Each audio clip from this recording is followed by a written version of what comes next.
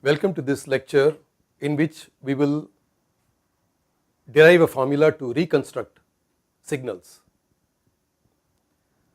Reconstruction from sampled signals, sampling theorem and heuristics for reconstruction make the outline for this lecture. Suppose we sample the analog signals fast enough, hence there is no aliasing. So we use the formula here. This is exactly what we showed using a diagram in the previous video. Outside Fs by 2, it has no frequency components and everything is inside Fs by 2. So the sampling theorem is satisfied. It is known as Shannon's sampling theorem. Recall the expression that we had for analog signal, the time domain signal as a function of Fourier transform. In this we substitute in the place of UAF using this expression. So for example, UA of f is replaced by 1 over Fs, which comes here, times this U of f by Fs. Everything else remains the same. Okay.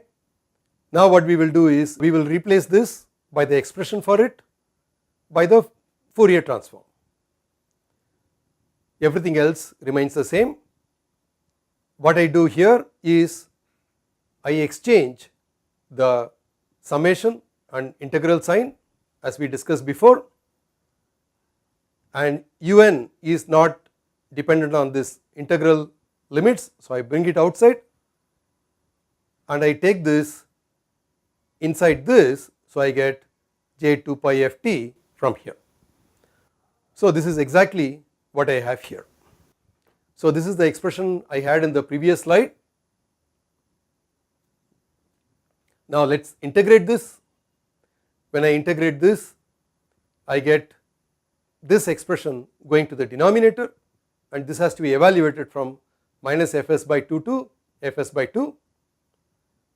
So I write it down, so I get these terms here, denominator is the same. Then I simplify the numerator, I get sign here pre multiplied by 2j, and you can see the denominator is retained, everything else is the same, and this Fs gets cancelled because there is an Fs that comes from here, and I can cancel this 2j with this j. So I get this final expression. This is known as Shannon's interpolation formula. I would want you to go through every step and make sure that you get every step. So let us recall Shannon's sampling theorem. Let the highest frequency in UA of t is f max, which is equal to b. So everything outside this is 0. We sample at a rate at least at twice the bandwidth. So this is our sampling frequency Fs, which is greater than 2f max. F max is equal to b, so 2f max is equal to 2b. So UA of t can be recovered from its sample values using the Shannon's reconstruction formula we gave in the previous slide. Now suppose we choose Fs exactly equal to 2f max, then we denote Fs with f sub n for Nyquist rate. Note however, this is not a causal filter. This provides the information on how to recover the analog signal for all times, including time between the sampling instants. But on the other hand, observe that this is not a causal filter. Why? Because supposing you are at time t, then the value will depend on all the analog values in the future as well. remember this n goes from minus infinity to plus infinity. So it goes from all the values from n equals 0 to infinity if it is causal, otherwise it will go from minus infinity to plus infinity. All the future values are also included. Because this is not a causal filter, it cannot be used for control purposes. What is the use of this? What is the use of such a filter then? We will see it in the next slide. Because the reconstruction formula in the previous slide cannot be used, we use heuristics for sampling rate selection in control applications. We know that the minimum sampling rate is twice the bandwidth. Shannon's reconstruction cannot be used, so we use zero order hold. This is the most popular choice. What do? Sample much faster than what Shannon's sampling theorem suggests.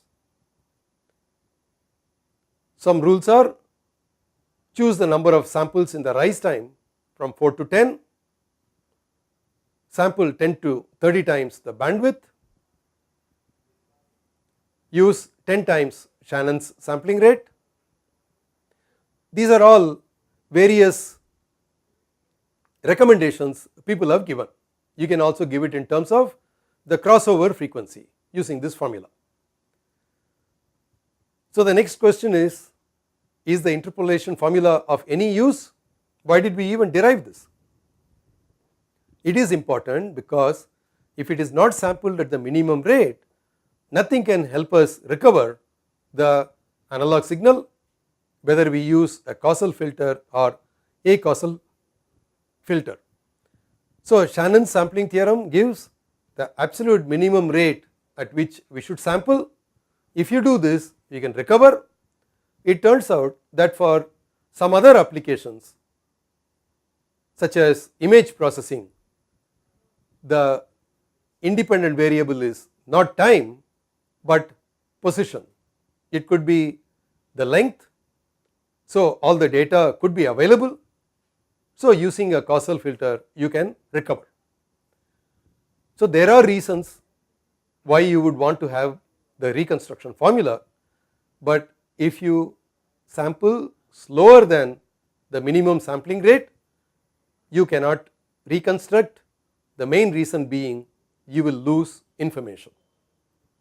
So with this we have come to the end of this presentation. Thanks for joining.